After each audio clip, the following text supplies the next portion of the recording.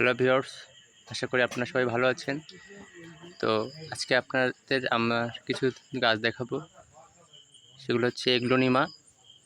আমার কাছে কয়েকটা কালারের এগ্লোনিমা আছে, ৫-৬টা। আমি আপনাদের পরিচয় দিই আপনাদের।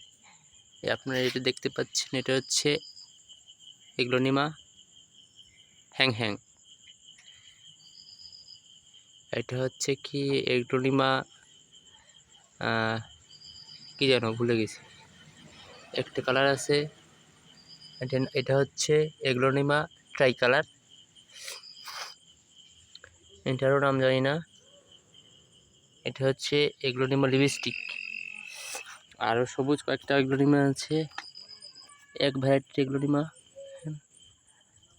এই আরেকটা ভ্যারাইটির, আর এই আরেকটা ভ্যারাইটির। মোটমাট 1, 2, 3, 4, 5, 6, 7 আর ভ্যারাইটির। আমি সাধারণত এক ভ্যারাইটি করে কালেক্ট করি বেশি, যাতে করে আপনার গাছের যত্ন নিতে সুবিধা হয়।